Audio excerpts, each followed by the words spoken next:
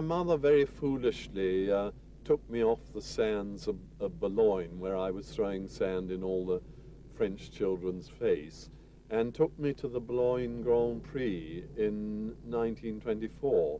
And I dare to say I wasn't very old then, but I do remember all about it. I sat next to the wife of the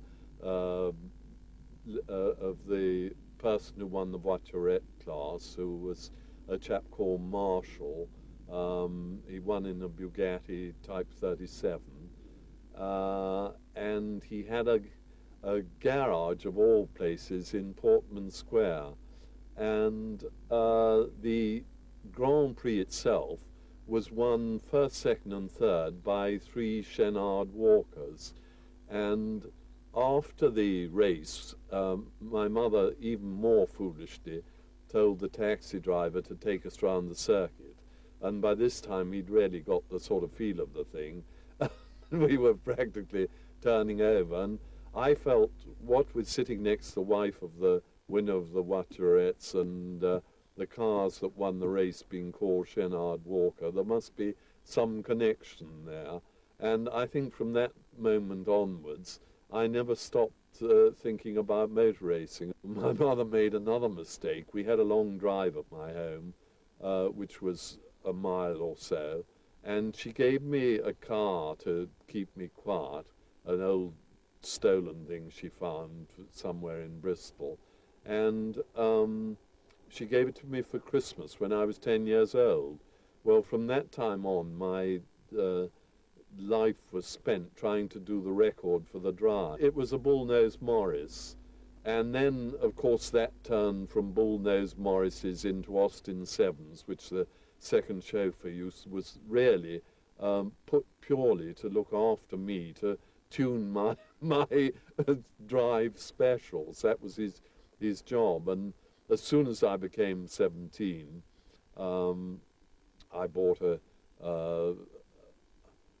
16 I started with a Racing Morgan, which had already killed 4 people. And it was very quick, but it only had 2 little bands that went round the rear wheel of Ferodo bands right out in the open. And that was the total braking. There was nothing on the front at all. And as I say, it was very quick. It do about 90 in those days. This, I think I pushed it more than I drove it. But then I became 17 and I was able to drive a car myself, and I bought a supercharged, or I was given for my birthday, a supercharged D. Francis. And this soon changed into an Ulster TT supercharged D. Francis, and I started racing. And from then on, it was non-stop, and with little success. And then when I was up at Cambridge, I was, during the middle of the term at Cambridge, I was naturally walking down Bond Street or Park Lane or something, and I saw in the window the most beautiful Delahaye I'd ever seen. And this was the, I don't know whether you'd call it's the competition Type 35 racing one, and it at the time held the lap record in the TT, and Biera had owned it. He'd lapped Brooklands at 119, which was not bad for a sports car. And, you know, I really wanted it, but it cost £400, and my allowance for the year, including paying my Cambridge bills, was 360. But I suddenly learned about hire purchase very quickly, and within hours the car was mine. Of course, my mother knew nothing about this. And the next thing, I entered it for Brooklands during the term of Cambridge, and I used to come down, drive at Brooklands, and then go back to Cambridge, following in the footsteps of Whitney Straight. But he used to win, and I didn't. Actually, my first race, I was winning until the last, or about to win until the last corner, the Vickers Bend, and I went and spun the thing. But, anyway, I did win there with it later that year, and then I took it to Le Mans, and my co-driver, who's still alive, Ian Connell, burnt his foot. We had an exhaust gasket go, and all the exhaust was coming through. It was terribly hot, and he burnt his foot in the middle of the night, and I had to drive. Well, I'd driven from midnight till 4, and then I drove from 8 till the end of the race, also with this terrific heat coming through. And I'd come in every now and again. I fortunately had rope-soled shoes, and I'd jump in a bucket of water and wet the whole of my shoes and my trousers to cool off, and then get back in the thing. Meantime, Count Haydn, who owned Delahaye's in England, was a great drinker, and they were all drinking champagne solidly in the pit. And suddenly, about 2 o'clock, they thought of this poor bastard who was out there in the heat, and nearly all the champagne had gone. So they called me in for a quick glass to revive me to do the last 2 hours, and I finished 8th, I think. And then got into the car and drove it to Paris, where all the drivers, all the English drivers anyway, had met in a nightclub, and we drank the whole night through, and we were still there the following morning at 10 o'clock drinking. So quite a session. But mind you, we'd been up all the night before as well, racing. So it wasn't too bad an effort. And then I was to race it in France the day war broke out, and as I was getting starting money, which was an unusual thing in those days, if you didn't appear, you had to pay up what they were going to pay you to start, and I wasn't going to lose my money for anything, so I stayed till the very last moment, and I think I got it back on the last boat before war broke out, because the race was at La Baule on the very day war broke out. And during the war, I did run it at the beginning of the war. I had 2 Delahayes at the time, and I was a pilot in the Fleet Air Arm. I'd already lost my license for life when I went to a race course, a horse race course, when they had an interval for an hour, and I thought they'd like some entertainment, so I went round and jumped over all the fences, and unfortunately there was a policeman there, and he took my number of the aeroplane, and I had my license taken away for life. But of course, when war came, they weren't interested in whether you had a license or not. They pull you out of the jails if necessary. And to start with, at the beginning of war, when there was some petrol around, I had both the Delahayes at my training courses, and I was at Yeovilton with Peter Twiss, who later held the world speed. He was the first person, I think, to reach 1,000 miles an hour, and he very kindly took the Delahaye, which held 30 gallons, out one afternoon, quickly started a Bowser and stuffed the hose in, and we were 30 gallons to the good, which lasted you a long time in those days, and if you were caught, it put you in jail, as it did with Peter Cadbury. During the war, I was married, and actually just before Dunkirk, and my wife said to me, if we get married, you're never to motor race again. You can do speed trials or you can do hill climbs, but you're never to do circuit racing again. And as I was in the Fleet Air Arm, and I think we started 260 people on my course, and 25 came out alive. So I didn't really think that I was ever going to see another motor race, let alone drive in one. So I willingly gave my promise. And after the war, of course, there I had what had been the fastest road racing car in Great Britain, and I wasn't allowed to drive it. So I did the only thing that I used to speed trial it, but I did the only thing that I could do, and I got drivers for it. And Tony Rolt was the first really good driver I had, but he was the last of the, if Tony Brooks doesn't mind me saying this, he was the last of the real amateurs. I mean, if somebody came to pass him, he'd pull over, and which I soon learned was not the thing to do, because after Tony Rolt, by this time I had the Delage, the 1.5 supercharged Delage, which Tony did very well, and he was up in company with people like Farina and Gonzalez and Fangio in the 159 Alphas, and which was very good for a car which was then some 30 years old or something. But we tuned it up quite a bit. And after the Delage, I got a B-type Connaught in 1952.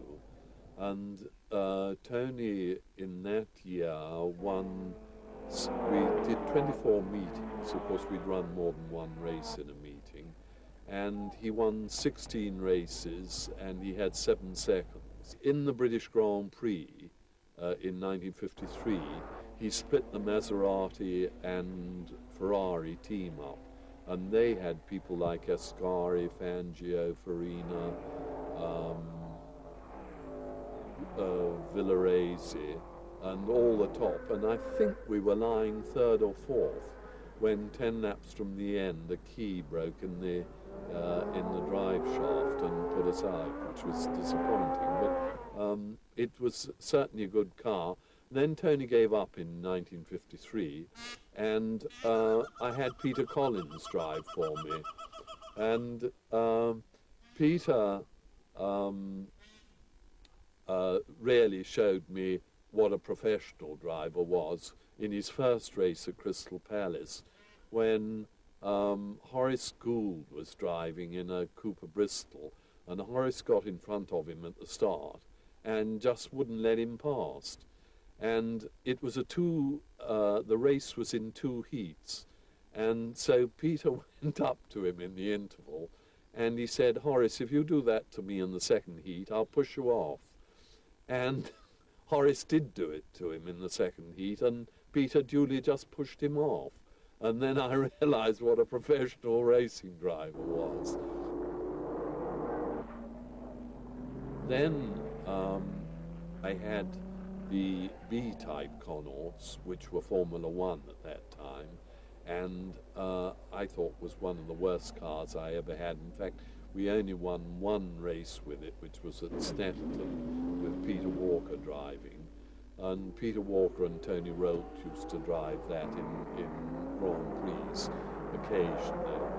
And in 1956, John Cooper brought out the first of the rear-engine Cooper Climaxes. And Reg Parnell had been driving for me in the Connaught at this time, and he had a very bad accident at Crystal Palace and couldn't drive anymore, but he was still my paid-up driver. And when this Cooper Climax came out, the 1500 Formula 2, I rang him up and I said, "Look, Reg, I think this looks a jolly good car. What about me getting one?" And he said 2 very important things. He said, "Yes, buy one immediately, Rob." And he said, "I don't know if you know, but Alf Francis, Stirling's famous mechanic, is in the market." And so I immediately got onto Alf, and Alf, having looked us over and decided he would like to work for us, and I bought him a house and settled him in. And I think from that time on, the career became a real moving show. In the middle of 1956, they brought out three of these Coopers. One, one was a works one, which Roy Salvadori drove. I had the second one, and Jack Brabham built himself up one in the Cooper factory. And Tony Brooks very kindly said that he would drive for me for that year and the future. And our first race was the Oulton Park Gold Cup. And he drove the Cooper in the Gold Cup, and he drove this 300 SL in a saloon car race. He won the saloon car race, I think, extremely easily. He'll tell you more about it than I can. I think he was probably easing off to make it a race, but I'm not quite sure about that. He had a bit of a battle with the Cooper. I can't remember if we had any troubles, but we literally only picked it up about a week before at the most, and Alf hadn't had time to work on it very much. And obviously the works one had got any tweaks that were going. And Roy Salvadori won fairly narrowly. Tony was second and Jack Brabham third. And it was rather wondered whether there'd be any motor racing at all because of the Suez Crisis. And John very much wanted them to enlarge the Climax engine so as it could be put in for a Formula One car. But when the Suez Crisis came up, Climax had said that any development must be paid by John or whoever. And John was a bit worried with his finances that there might not be any motor races, and decided he couldn't afford to do it. So I then stepped in and said, well, if I can have the first engine, I will finance it, which I did. And with the first engine, it was only 1960, and we were racing in Formula One against 2.5 litre. And our first race, Jack Brabham was to drive for me. I think because it was a joint effort between Coopers and myself, but the chassis and the engine were both mine. And he lent me Jack Brabham for the year because he had Roy Salvadori driving for him, and they were only using one car. We had Monaco as our first race, and it didn't turn out too well. In those days they had 3 practices, and Jack got himself lost coming to Monaco and missed the first practice. The second day he was setting up the chassis, and he was just going to change the brakes, and he had too much braking on the rear, and he went through the casino, and that finished that chassis. Fortunately, we brought down one of the Formula 2 Cooper chassis, the one that Coopers had run at Oulton, and so we put the engine in that. And the last day of practice, we weren't qualified, and we had 10 minutes to go and still weren't qualified because somebody had spilt oil all over the circuit. And I got them to stop the practice and to put something down over the oil, and then they started again, and we got in by 0.2 of a second, I think. And by 100 laps, Jack was lying third, and then it was 105 laps in those days, and then the petrol pump broke loose from the engine when Jack was somewhere right up by the casino, and he pushed the car, which you were allowed to do in those days, all the way home and finished 6th. And I remember turning to my wife, Betty, and saying when we got home, do you know, we were actually third in a world championship race, and then this happened. happens to us. And so she said, oh, don't worry, next year you'll do better. So Fangio won the 1957 Monaco Grand Prix, the second after Argentina of his 4 victories in the 1957 World Championship. There was some dispute over starting monies, so the Belgian and Dutch races were cancelled that year, which brought the circus to Rouen for the next round, the French Grand Prix. The race distance, 503 kilometres, with Fangio and Behra on 250F Maseratis and Collins, Musso and Hawthorne on Ferraris. Brabham retired the Walker Coupe on the first lap after an incident with Horace Gould, here pitting his Maserati.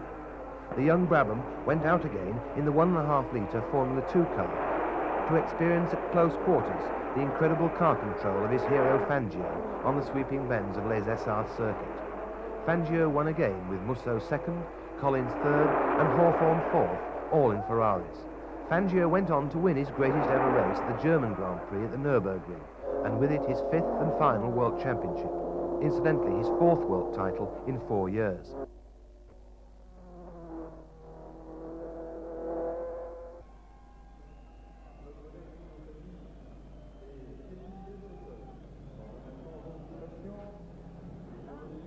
Then we went to Casablanca, and we were doing fairly well with Jack Brabham, and the gearbox broke again. And it was after this that we strengthened it up. And in those days, they used to have the Boxing Day Brands Hatch, if you remember. And Jack Brabham was to drive in the Formula Libre. And he won the race easily. And after that, the following year, they were changing from alcohol to petrol on the engines. And Alf managed to change the climax very quickly, and we were ready for the beginning of the season. Tony Brooks and Stirling were both contracted to Vanwall for Formula One, but Stirling came to me at Casablanca and said, can I drive Formula 2 for you for the year? And I said, well, naturally, there's nothing I would like more. So I had to get a Formula 1 driver, and I chose Maurice Trintignant, the French champion. And in the meantime, Vanwall had failed to get their engines through onto petrol in time for the Argentine. So I had a telegram from Stirling, and he said, can I drive your Cooper in the Argentine? So I said, well, how are we going to get it there? I can't afford to send it there by air because we hadn't got much time by then. And he said, oh, they've arranged to pay for the flight over there. Well, when it did arrive, they saw this tiny little thing against the great, huge Ferrari, front-engine Ferraris and Maseratis, and they were absolutely livid that they'd paid all this money to have it flown over. Well, Tony van der Velde gave me permission, because I was driving for him, to race for Rob Walker, who I'd met, and I knew Rob had, well-produced cars, or well-maintained, and I asked him, what about Argentina? And they paid quite well, and it was arranged that I'd drive his Cooper, just like this one. I think that we were taken a little bit as a joke until we went out and sort of practiced and showed the thing really had got quite a lot of performance. And it was particularly easy to drive, and therefore you could overdrive it. Winning it was actually not as difficult as it might have been, I suppose, apart from the problems with tires and so on. But I think that having won it, the English public and the people interested in racing were quite surprised and responded, accordingly. Everybody said, oh, well, Stirling can win on a wheelbarrow. It doesn't really mean anything. Well, the next race was Monaco. We were fourth on the grid. And Maurice was a very, very accurate driver, and Monaco suited him particularly because he didn't throw a car around, but he was terribly accurate and terribly precise and very careful on the car and the gearbox. Well, Maurice was a very good, consistent, steady driver, not the fastest, not the flashiest, but a very good, precise driver. And of course at Monaco this matters. And also at Monaco, I think it particularly suits the style of those small rear-engine cars, as was proven time and again. I think that Maurice was a man who would start out very consistently and keep the same sort of lap time and just keep wearing away at everybody else. And I think that because of that, he was, able to come through and win the race. This certainly was not the best car for Monty. I seem to remember we chopped the nose off and made it as short as we could because it's a fairly big car. But it was responsive and that sort of thing. But because of the flat spot, that at a place like Monaco, of course, became worse than it would on many other circuits. But it was quick, but not the easiest car on a tight type of circuit. Guerra took the lead in the VRM. Well, that didn't worry us very much because we knew that wouldn't last. And then anyway, Hawthorne came up, and he held the lead for some time. And on lap 40, he dropped out because of, I think his petrol pump broke, and we took the lead then. And we had 60, it was a 100-lap race then, we had 60 laps to do in the lead, and I can tell you, it was really too much for me, although I was supposed to be timing. I was hiding under the pit counter as far as I remember. But Maurice had no trouble. There was only one thing that happened. Musso was catching him a bit, and Alf, without being told by me, stepped out and gave Maurice a wave-on sign to get on with it a bit, and Maurice immediately drew away, and he won the race quite comfortably from Musso. And so we then proved that it wasn't only Stirling who could win in the car.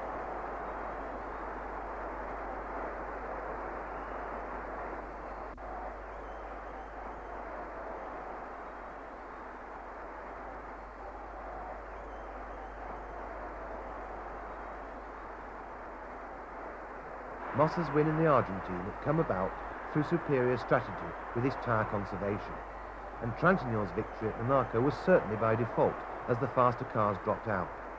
But winning races is all about finishing races, and against all the odds, Rob's private team had now won 2 consecutive World Championship Grands Prix.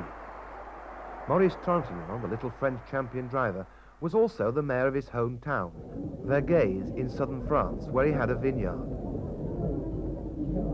In 1959, as you know, Van Wals gave up motor racing, and Stirling came to me and he said, can I drive Formula 1 and Formula 2 for you? And by this time, we were a partnership and we were great friends and everything.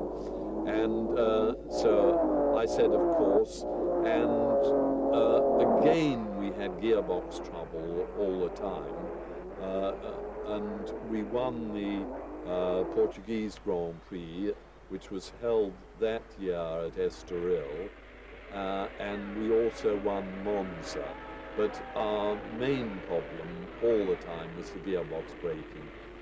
And we were left in a situation at the end of the race that the last race was the American Grand Prix, and it was held at Sebring, and we had to win the race and have the fastest lap. And if we did that, we would win the World Championship.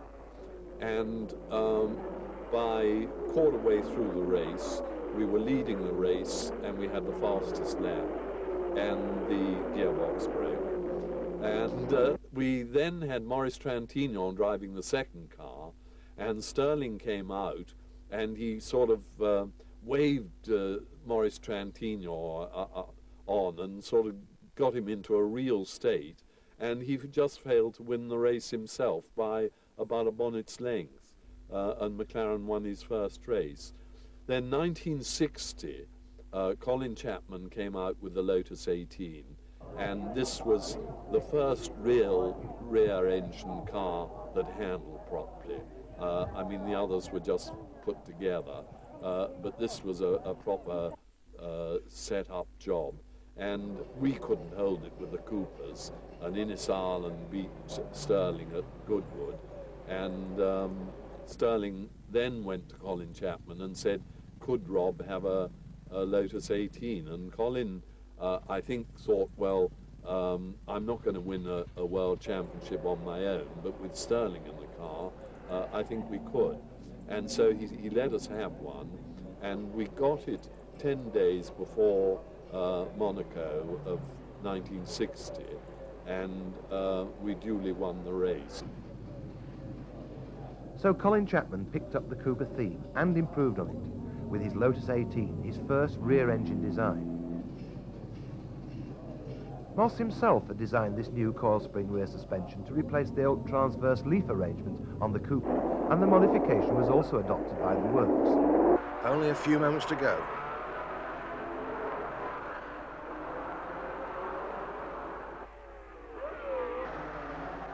And Bonnier makes a brilliant getaway to go into the lead as they go up the return leg behind the pits. At the station, behind Bonnier is Brabham, then Moss and the rest of the field in one enormous tail chase.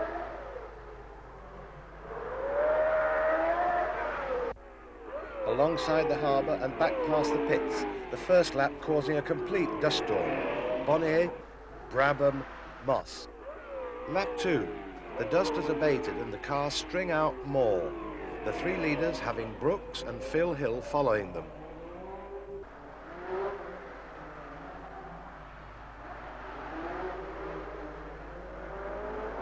While behind them come Bristow, Ireland and Graham Hill. Quite a noticeable gap opening up between the front and rear halves of the race. And Trantignan is already out with a broken gearbox.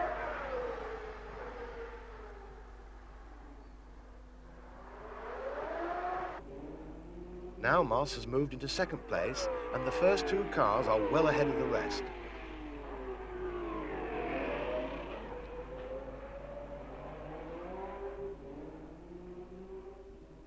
Brabham lies third, and at the station the battle rages with Brooks, Phil Hill, Ireland, Bristow and Graham Hill. Sterling is now sitting close behind Bonnier, who at intervals waves him past, but Sterling waves back saying, "No, you got yourself there, you set the pace." Phil Hill swirls a Ferrari down behind the station.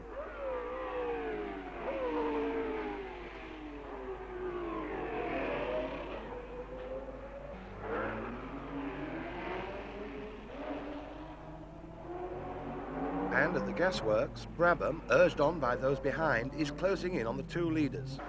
So much so that Sterling decides to take advantage of Bonnier's kind offer and on lap 17 goes into the lead. Immediately beginning to draw away while the unfortunate Bonnier finds others now appearing in his mirrors. Now the weather has broken and rain starts to fall, turning the circuit into a skating rink. Moss slows up considerably and his pit tell him that Brabham is only 7 seconds behind.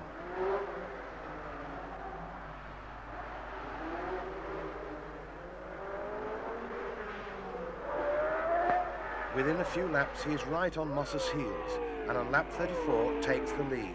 Sterling continues cautiously though, and now Bonnier is only 5 seconds behind.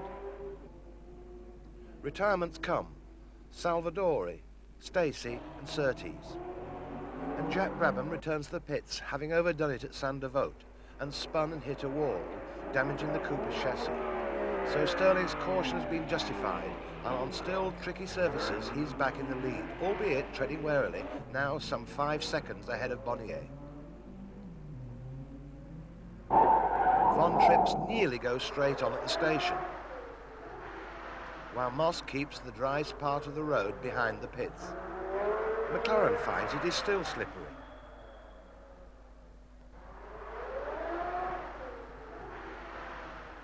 And Phil Hill shows us his own special method of dealing with a hairpin bend.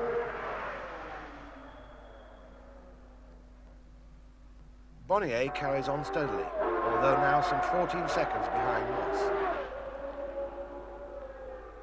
Phil Hill nearly does it again.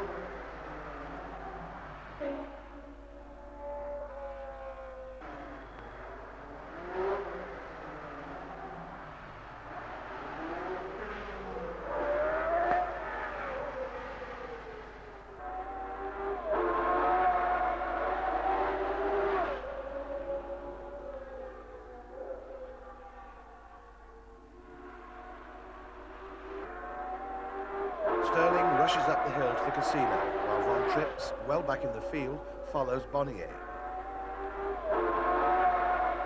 Ireland's Lotus is misfiring badly and eventually stops near the top of the hill. Well, everything went fairly well according to plan. It was the first time I'd ever driven at Monaco, and I can remember Sterling in practice showing me the line round, you know, and I just followed him everywhere, and he would put up 2 fingers for second gear, not that way on, and, you know, indicating what gear I should be in.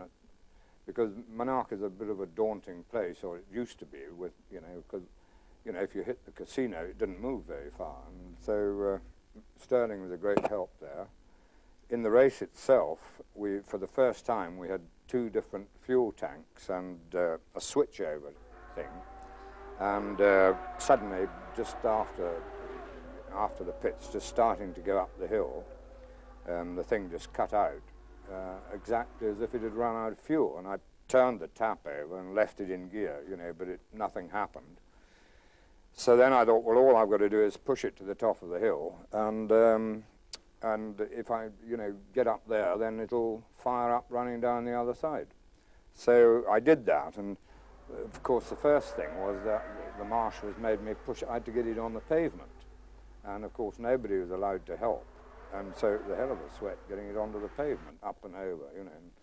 And the marshal, you know, I was pushing up the hill, you know, and so every now and then I'd have to stop. I used to get down and sort of let it jam on my shoulder, I think. And then this marshal took pity on me, and he gave me a bloody great stone that he found. So, you know, I had that, and every time I'd have to stop, and I'd put the stone under the wheel.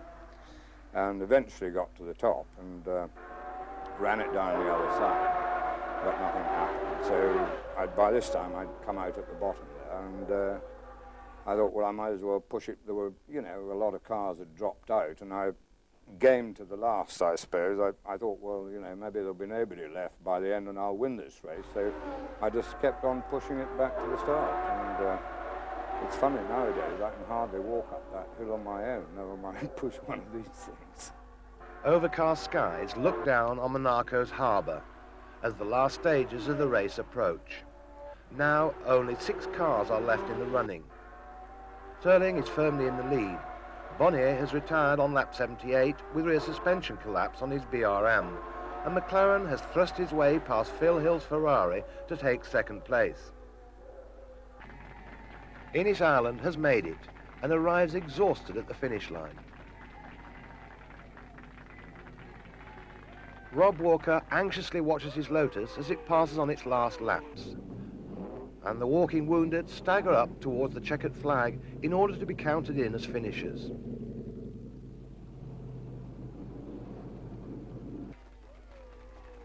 And at last we can relax. Here is Moss, winner on Rob Walker's Lotus of the 18th Monaco Grand Prix at 67.33 miles an hour. McLaren is second and Phil Hill third. It is Rob Walker's second victory at Monaco and is a triumph for Stirling Moss, who once again has shown that he really is the greatest of them all.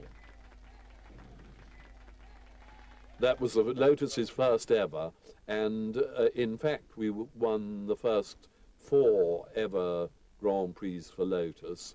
We won the first 2 ever for Cooper, and I think we won the first 2 or 4 for Climax. At Zandvoort, Jack Brabham threw up one of those big paving stones when he was just ahead of Sterling at the beginning of the race, and Sterling thought it was going to hit him, but it actually hit the front wheel. It burst the front tyre and it broke the front wheel, and he had to go round the rest of the circuit, come in, and between the whole Lotus team and ourselves we had 1 spare wheel. So we rushed to Lotus, borrowed the 1 spare wheel, put it on, and Sterling got back into the race and finished 4th. Then we went to Spa, and Sterling had his terrible accident when the drive shaft had been badly machined. The drive shaft broke, the rear wheel came off at 140 miles an hour at Burnhamville, that's right. and Sterling was thrown out. Of course, they didn't have straps in those days. At the first time it turned over, and he ended up in the left-hand corner of the on the grass, and the car went over and over in the middle of the road and ended up on the right-hand side, and he had his back broken, a vertebrae broken, I think a leg broken, his nose broken, and his ribs cracked, and they said that he would be on his back for 6 months. Well, within 6 weeks he was driving again, and as I was contracted to BP, I felt that I'd let them down not racing over this period, which we'd missed. And so I bought with Dick Wilkins, I bought a Ferrari to do the TT and also to get Sterling back into the groove. And he won the TT quite easily with that car. And then we went to Oporto, where I don't think he got in the finishing points. And from that time on, we won every race for the rest of the year, both with the Ferrari and with the Lotus. Rob, unfortunately, was the last possible chance that his sort of person could sponsor cars, unless it changes again. Rob was a fairly wealthy man. I don't think as wealthy as many people thought. I think he was a fairly wealthy man and enjoyed being a sponsor. He had raced himself and driven himself, of course, but a great character, you know. I mean, Rob Walker raced before the war at, I think it was Le Mans, that's right. And Rob, when it got dusk, he realized that he had sports jacket and brown shoes on, that you know, you don't wear that. And so he came in and he changed into dark shoes and a lounge suit for the evening spell. And then in the morning he changed back again. I mean, this actually happened during a motor race, and in which he placed reasonably well. But he is an incredible character. I mean, Rob would do the timing of my car, and he had all his watches lined up and everything, and he was so nice to drive for, because he left it to Alf Francis, who was, of course, the chief mechanic, and myself to work out what we were going to do, how we would run the race. In fact, the race, I think, he would really leave it to me. He would give me signals telling me what the thing was, so I could read what the race was from in the cockpit. And I knew what all my instruments said, and I knew exactly what the tyres were like and how the car felt. And he left me to interpret his signals as to what I wanted to do. And this worked out extremely well, because I happen to be the sort of person that enjoys doing that.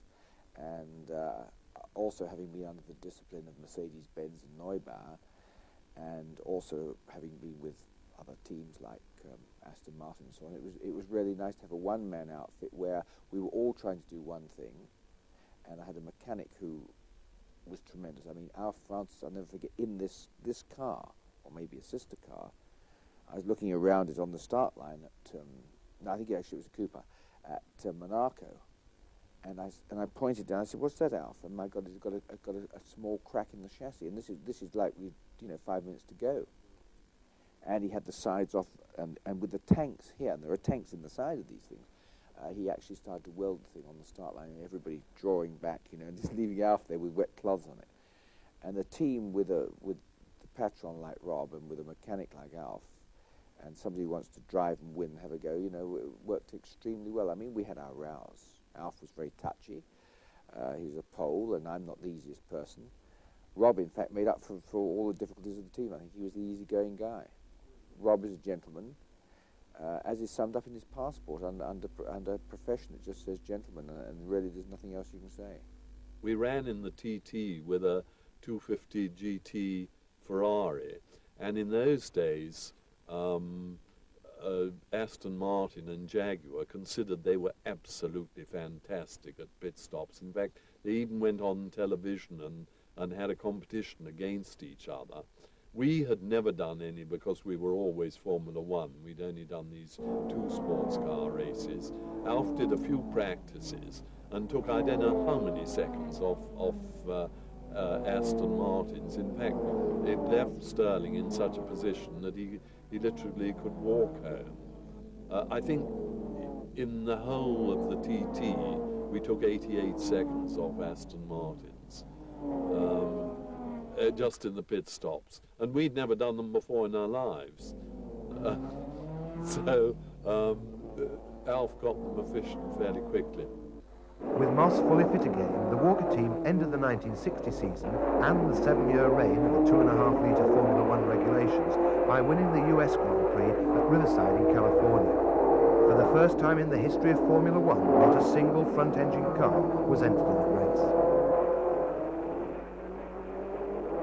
They changed into 1.5 litres, and we hadn't got a 1.5 litre engine except for the Formula 2. And Ferrari had it absolutely, as Ferraris always do. And we were at least, Dunlop said it wasn't safe to do it. So we painted the green spot on the wet tires, and we painted it out with black paint. And when Dunlops came to examine the race tires before the race, they said, yes, those are okay. And in fact, we did tell them before the race, and it was doubtful whether it was going to be wet or dry, and so I think they were happy on that point. And Sterling got a good lead to start with, and although they were catching us 3.5 seconds down the straight alone, he was getting away from them all the time at the back. And they got very close to us in the last 2 laps, and then it suddenly poured with rain, and of course Sterling in the rain, nobody could touch him, and he finished, I think, 22 seconds ahead, and it probably was his finest race. I never forget, with 300,000 Germans there and them playing the national anthem, and the British Army were in the grandstand, and they held up the Union Jack, and it really was a very moving moment for me. Only Moss's brilliance on driver's circuits could stay with 120-degree V6 Ferraris, and Phil Hill went on to take the 1961 World Championship.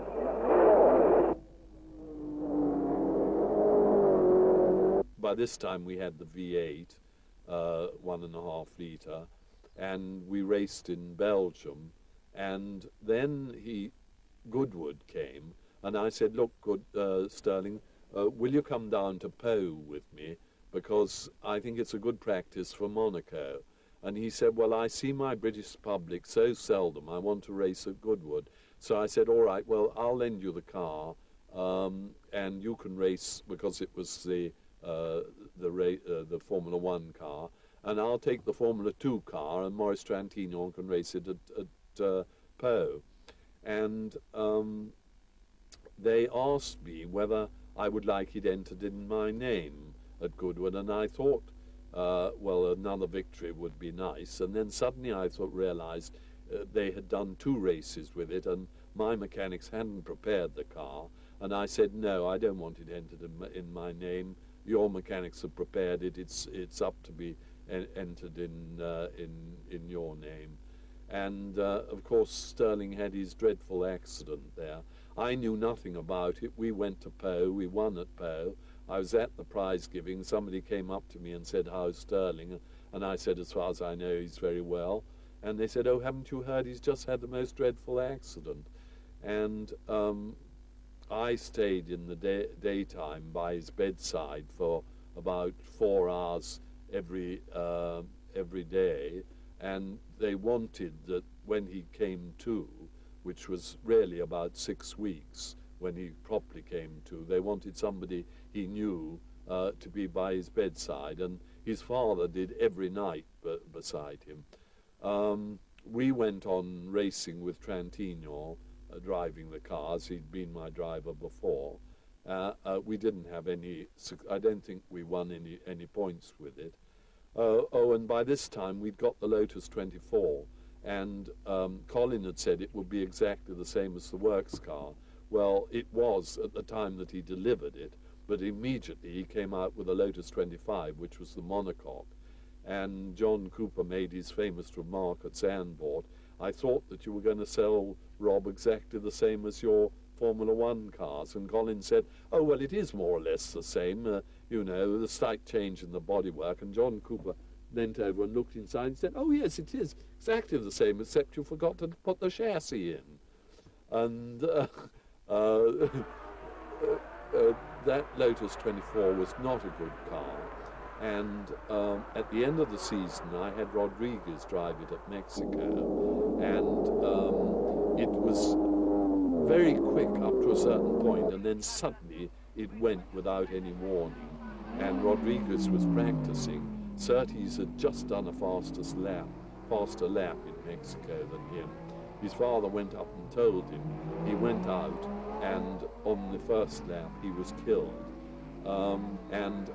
Of course, this shook me considerably, and I remember walking up exactly where I was here when I had the message that he was killed, and saying, you know, should I give up motor racing? And I thought, well, I don't think it's been my life always. I've never done anything else. I think I'll keep going, but I'll get a very safe driver.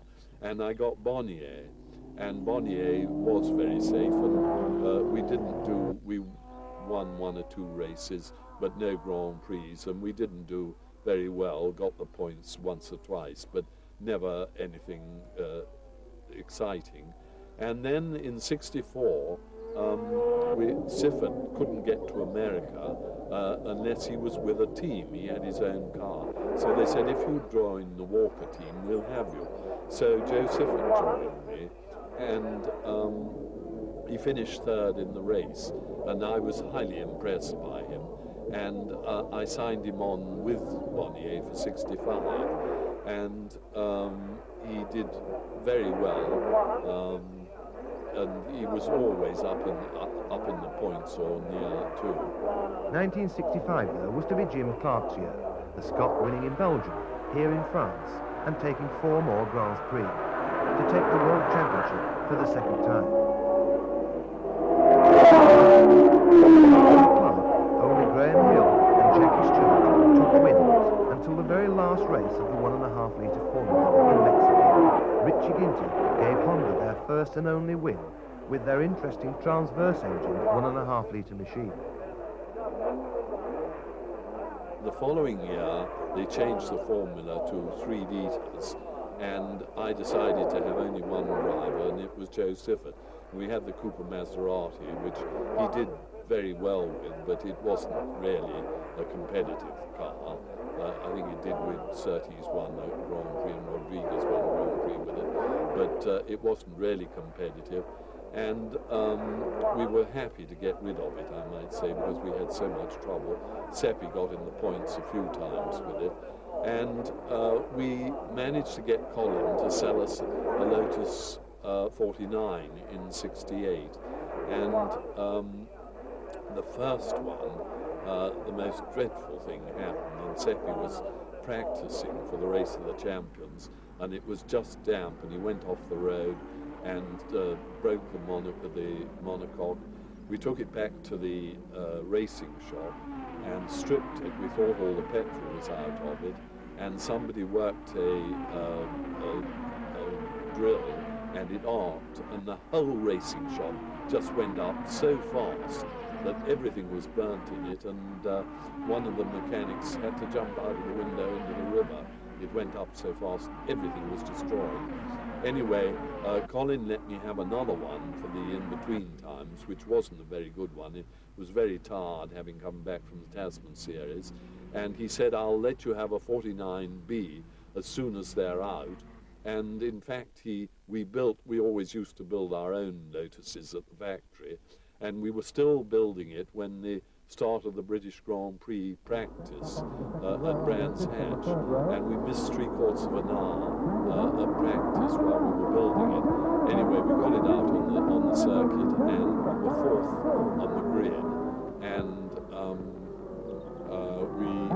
about lap 30, we took the lead from Chris Amon in the Ferrari, and we won the race.